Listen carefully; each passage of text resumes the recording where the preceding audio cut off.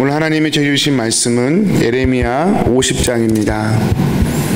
예레미야 50장 33절에서 46절 말씀입니다.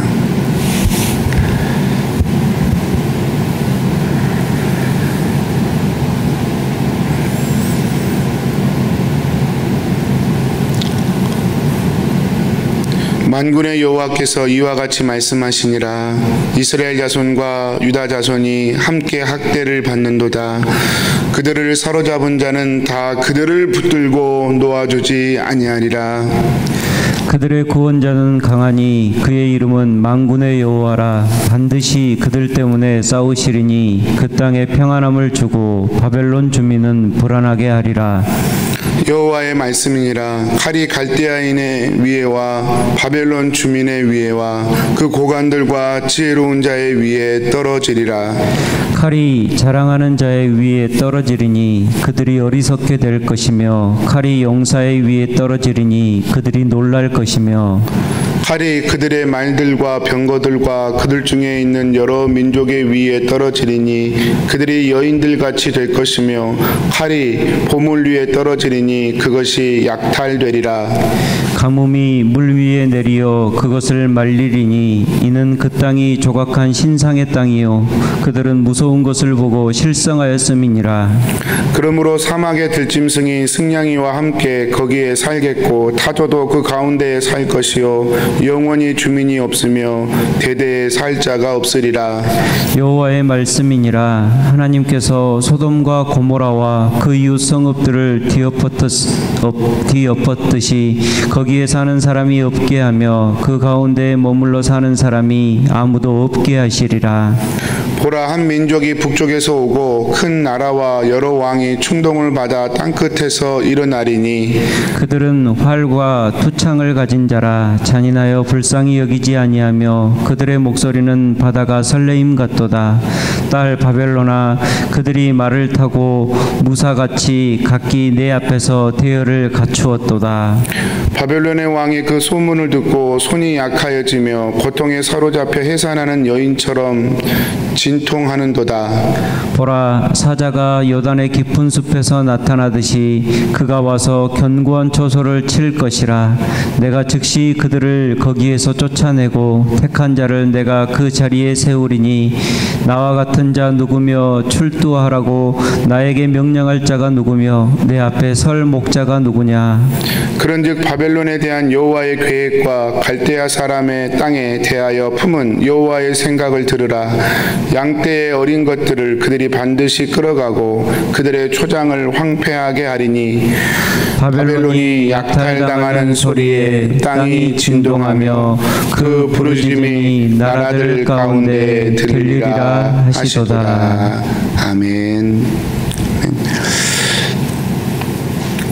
바벨론이 10개, 나머지 9개 그 이전에 등장했던 나라와 민족과 좀 다른 것은 바벨론은 지금 성경에서 절대 악으로 다루어지고 있다는 것입니다. 모압도 이스라엘을 좀 괴롭혔죠. 에돔도 이스라엘을 좀 괴롭혔습니다. 이스라엘이 힘들어하는 것을 즐거워하고 기뻐했습니다. 그래서 하나님이 그것을 책임 추궁하신 부분도 분명히 있었습니다. 그러나 에돔과 모압과 암몬과 같은 이런 나라들이 하나님으로부터 징계를 받은 직접적인 이유는 이스라엘을 미워하고 이스라엘이 힘들었을 때에 무슨 즐거워하고 그래서라기보다는 그들 자체가 하나님을 알 수 있었음에도 불구하고 하나님을 알지 못했던 것, 그리고 우상을 섬겼던 것, 그것이 심판의 이유였습니다. 그런데 바벨론은 조금 다릅니다. 바벨론은 처음부터 끝까지 절대 악의 상징으로 지금 성경에 등장하고 있습니다. 하나님께서 바벨론을 조금도 불쌍히 여기지 아니하시는 것을 봅니다. 에돔도 또 모압도 하나님이 구원의 계획이 있으셨음을 말씀하셨거든요. 그런데 바벨론은 그렇지 않습니다. 철저히 깨지고 부서지고 황폐화될 것이다. 그렇게 아주 강하게 하나님이 말씀하십니다. 왜 그럴까요? 그것은 바벨론이 이스라엘을 포로로 압제하고 있었기 때문에 그렇습니다. 다른 나라들은 이스라엘과 상대적 위치에 있었지만 바벨론은 이스라엘을 포로하고 압제하는 절대적 위치에 있었죠. 그래서 지금 이 예레미야 마지막 부분의 구도는 바벨론이 무너져야 이스라엘이 사는 것입니다. 뭐 에돔이 무너지든 뭐 다시 회복되든 사실 이스라엘하고는 직접적인 관계는 없어요. 에돔 자신의 죽고 사는 문제지. 그런데 바벨론은 이스라엘을 압제하고 있는 민족이기 때문에 바벨론이 멸망을 해야 이스라엘이 살아날 수 있는 것입니다. 그래서 이런 구도로 하나님께서 지금 바벨론을 말씀하시기 때문에 바벨론은 절대 악으로 등장을 하고, 그래서 바벨론은 철저히 하나님이 심판하신다는 말씀이 오늘도 아주 강하게 등장을 합니다. 그런데 이것은 여러분 바벨론을 심판하시겠다는 말씀이 결론이 아니라 바벨론이 심판을 당해야 이스라엘이 구원받기 때문에 바벨론이 심판받는다는데 포인트가 있다고 할 수 있겠습니다. 바벨론이 이스라엘을 포로로 잡고 학대하고 있었어요. 그런데 문제는 이스라엘이 그 바벨론의 힘을 이길 만한, 학대를 이길 만한 힘이 없었다는 것입니다. 오늘 말씀 33절이죠. 그들을 붙들고 바벨론이 놓아주지 않습니다. 저는 말씀을 묵상하면서 이 이스라엘의 모습, 바벨론 포로로 붙들려 있는 이스라엘의 모습이 꼭 저의 모습과 닮았다라는 생각을 한번 해봤습니다. 죄의 영향력에 사로잡혀서 도무지 변하지 않는 나의 인격과 성품, 나의 삶, 바벨론이 절대악으로 상징하는 건 오늘날 우리식으로 말하자면 죄의 영향력이라고 말할 수 있을 것입니다. 죄의 영향력이 저를 꽉 잡고 있어서 변하고 싶은데 변화되지 않는 저의 모습, 마치 바벨론의 아래에 있는 이스라엘의 모습과 같다. 그래 저의 모습이 그와 같지 않나 하는 생각을 한번 해봤습니다. 지난 월요일날 이렇게 집안에 있는 가구를 한번 대대적으로 옮기는 일을 했었습니다. 지하에 있는 소파를 위로 옮기고 위에 있는 소파를 밑으로 내리고, 그러다 보니까 집안의 구조를 다 바꿔야 되는 그런 정말 큰 나름대로 저희 공사가 있었습니다. 그런데 뭐 제가 이렇게 일을 잘하는 사람이 못 되어서 몇 시간 그렇게 낑낑대고 소파를 나르고 가구를 옮겼더니 제 몸에 힘이 다 이렇게 빠졌습니다. 그래서 끙끙대면서 겨우 일을 마쳤는데 쉬고 싶었어요. 그런데 마지막에 TV 받침 탁자 하나가 이렇게 남아 있었습니다. 저는 너무 힘들어서 이거 좀 쉬었다가 저녁 먹고 그리고 힘 좀 생기면 그때 해야 되겠다, 그때 옮기고 싶었습니다. 그런데 그건 저의 생각이었고 제 아내는 막 옮기고 싶은 거예요. 끝내고 쉬고 싶은 거예요. 그래서 저에게 그 옮기고 쉬면 좋겠다 말하는 것입니다. 정말 지쳐서 쉬고 싶었거든요. 그런데 아내가 한 말이라 또 들어주는 게 좋겠다 싶어서 억지로 힘을 내서 탁자를 옮겼습니다. 제 아들 민준이와 탁자를 옮기려고 이렇게 계단을 내려가는데 이게 좀 제법 무거워서 이게 들고 옮기기는 힘들어서 이렇게 뒤집으면서 계단을 이렇게 내려왔습니다. 첫 번째 계단은 잘 그렇게 내려왔는데 두 번째 꺾어서 내려오는 계단에서 그걸 확 뒤집는 순간 그 진열장 안에 있는 유리문이 거꾸로 확 쏠리면서 제 손톱을 강타했습니다. 얼마나 아프던지 단발 비명이 생기더라고요. 억 하고 너무 아파서 눈물이 핑 돌더라고요. 그런데 그 속에 그 와중에 제 속에서 엄청난 화가 올라오는 것입니다. 짜증도 나고. 그래 아내가 그렇게 원망스러운 거예요. 내가 안 한다고 그랬는데, 조금 쉬었다가 이따 한다고 그랬는데 귀엽고 하라 그러더니 이렇게 일을 됐다고. 제 안에 이 분노가, 짜증이, 분노까지는 아니지만 화가 확 올라오는 것입니다. 얼마나 비겁합니까? 제가 시간이 지나서 제 스스로를 한번 살펴보았습니다. 얼마나 비겁한가. 제가 다행히 그걸 입으로 내지는 않았어요. 입으로 냈으면 또 안에도 큰 상처를 받았을 거고 또 정말 불편했을 텐데 제 속으로만 그 생각을 했는데 뭐 여러분 입으로 말하지 않았다 뿐이지 제 속으로는 정말 아내를 들었다 놨다 몇 번 했거든요. 이미 화로 가득 차버린 제 모습을 살펴보았습니다. 아내는 놀래서 비명소리 듣고 와서 황급히 뒷마무리하고 저는 이제 그 뒤로는 잘 못하고 앉아 있어야 됐고 제 아이들하고 아내가 뒷정리를 했는데요. 제가 그 일을 겪으면서 집사님 한 분이 생각이 났습니다.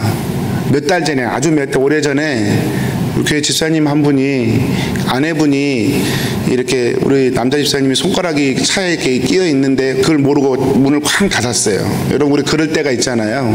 그때 얼마나 아프겠습니까? 손가락 한 3개 정도가 크게 그때 손톱이 다치셨더라고요. 제가 며칠 지나서 손톱을 봤는데 근데 나중에 들어보니까 우리 남자 집사님께서 손톱이 이렇게 차문에 꽝 하고 낀 뒤에 집사님이 했던 행동이 막 멀리 달려가셨다는 거예요. 손톱 잡고 손 부여잡고 참 멀리 달려가셨다는 거예요. 그때 제가 몇 달 전에 생각했었어요. 우리 집사님 왜 다쳤을 때 달려가셨을까? 제가 2가지를 생각했습니다.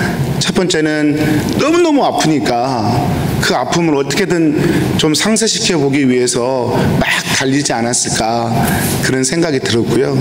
2번째는 그냥 제 생각에 제 속에서 집사님이 아마 아내 되신 집사님에게 얼굴 찌푸리거나 아니면 원망의 소리가 나올까봐 그 아내로부터 멀리 떠나려고 그렇게 하지 않았을까라는 생각이 들었었어요. 근데 제가 이렇게 손가락이 다치는 순간, 이렇게 막 화가 올라오고 하는 순간 그 집사님 생각이 났어요. 그러면서 제가 참 상대적으로 부끄러웠습니다. 아, 참 나의 인격과 성품은 아직도 멀었구나.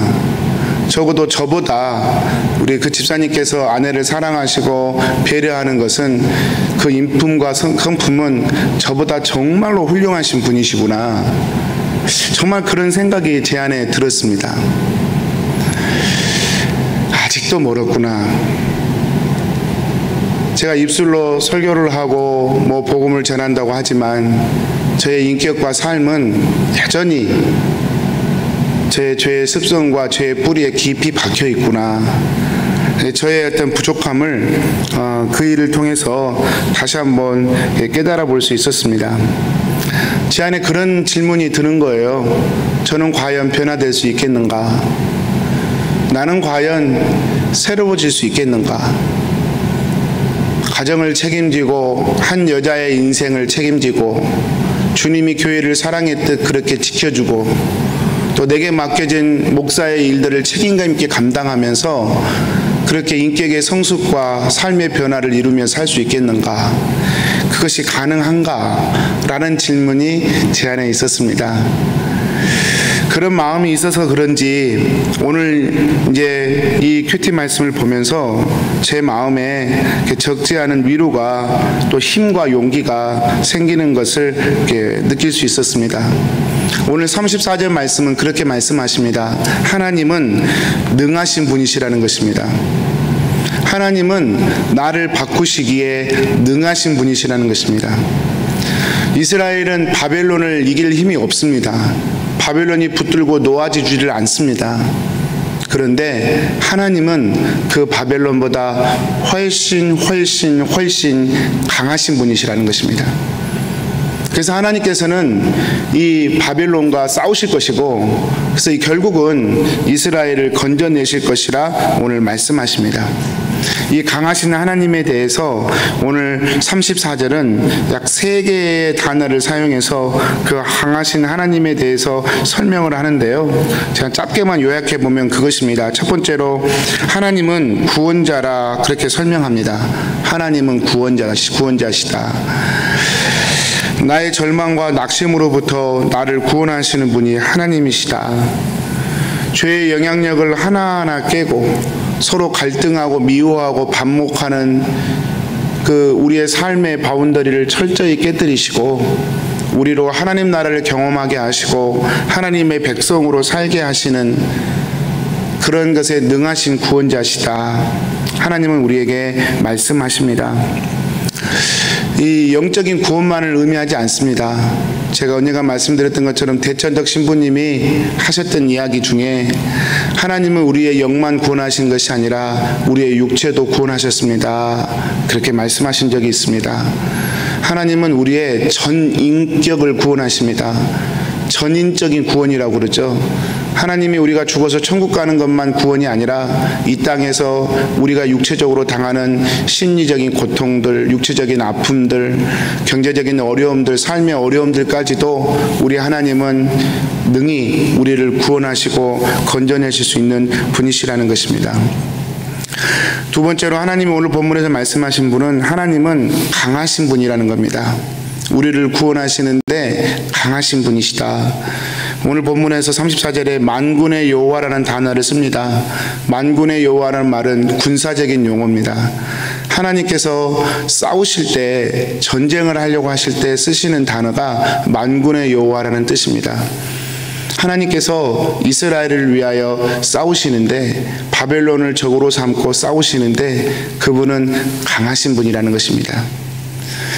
캐나다가 국방력이 그렇게 강하지 않은 걸로 알고 있습니다.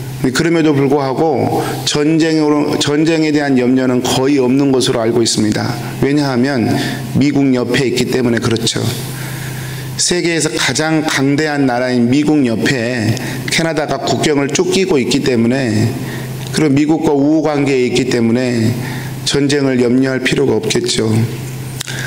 마치 그것처럼 하나님께서 강하시기 때문에 이스라엘은 바벨론으로부터 벗어날 수 있었습니다. 오늘 또 하나님을 우리가 말씀 있게 묵상하고 하나님을 바라보는 이유가, 저는 하나님이 우리를 구원하시는 강하신 분이기 때문이라 믿습니다. 문제는 이렇게 박수가 두 손이 마주쳐야 소리가 나잖아요. 주님의 그 강하심과 우리를 구원하시는 그 마음과 우리의 마음이 연결될 때, 우리가 주님을 바라볼 때에 그 하나님의 구원은 또 도움은 우리에게 실제가 될 수 있겠죠. 오늘 세 번째로 하나님에 대한 묘사는 이스라엘에게 평안을 주시고 바벨론에게는 불안을 주시는 분이시라는 것입니다. 참 거꾸로 됐으면 어쩔 뻔했나 싶어요. 이스라엘에게 불안을 주시고 바벨론에게 평안을 주셨으면 이스라엘 입장에서는 큰일 날 일이었죠. 성도님들, 여러분과 저는 이스라엘입니다. 부족하고 연약해서 때론 징계도 먹고 매도 맞고 그렇지만 궁극적으로 하나님은 우리를 자녀로 삼으셨고 백성으로 세워가십니다. 그래서 저와 여러분에게는 하나님 평안을 주기를 원하시고, 우리 인생의 대적자들에게는 불안을 주기를 원하시고, 이것을 너무 이기적으로 사용하면 안 되겠지만 이 말 자체가 우리에게는 참 평안이 되는 것 같습니다. 사랑하는 성도님들, 오늘 또 이 좋으신 하나님 붙들고 가셨으면 좋겠습니다. 하나님은 분명히 우리를 사랑하십니다. 그리고 오늘도 우리에게 힘 주시고 능력 주시기를 원하십니다. 그 하나님 의지하면서 오늘 하루도 우리 성도님들 힘내셨으면 좋겠습니다. 기도 제목이 생기면 여러분 주님께 그냥 아뢰셨으면 좋겠어요. 그리고 저에게도 얘기해 주셨으면 좋겠어요. 저도 같이 기도하게요. 성도님들 힘내십시오. 하나님이 우리 성도님들을 응원하고 있습니다. 경제적인 문제 우리 하나님께서 지켜보시고 도와주시기를 원하십니다. 삶의 문제 우리 하나님이 붙들고 인도해 주시기를 원하십니다. 오늘 또 그 하나님 바라보면서 그 하나님을 힘으로 능력으로 삼으면서 또 살아내시는 우리 성도님들 되시기를 주님의 이름으로 축복드립니다. 우리 기도하겠습니다. 사랑하는 하나님, 오늘 또 하나님의 말씀을 주셔서 감사합니다. 우리를 구원하기에 능하신 하나님, 우리를 살리시기에 능하신 하나님, 오늘 또 하나님을 바라보며 저희가 하루를 살아갑니다. 좀 더 성숙해졌으면 좋겠습니다.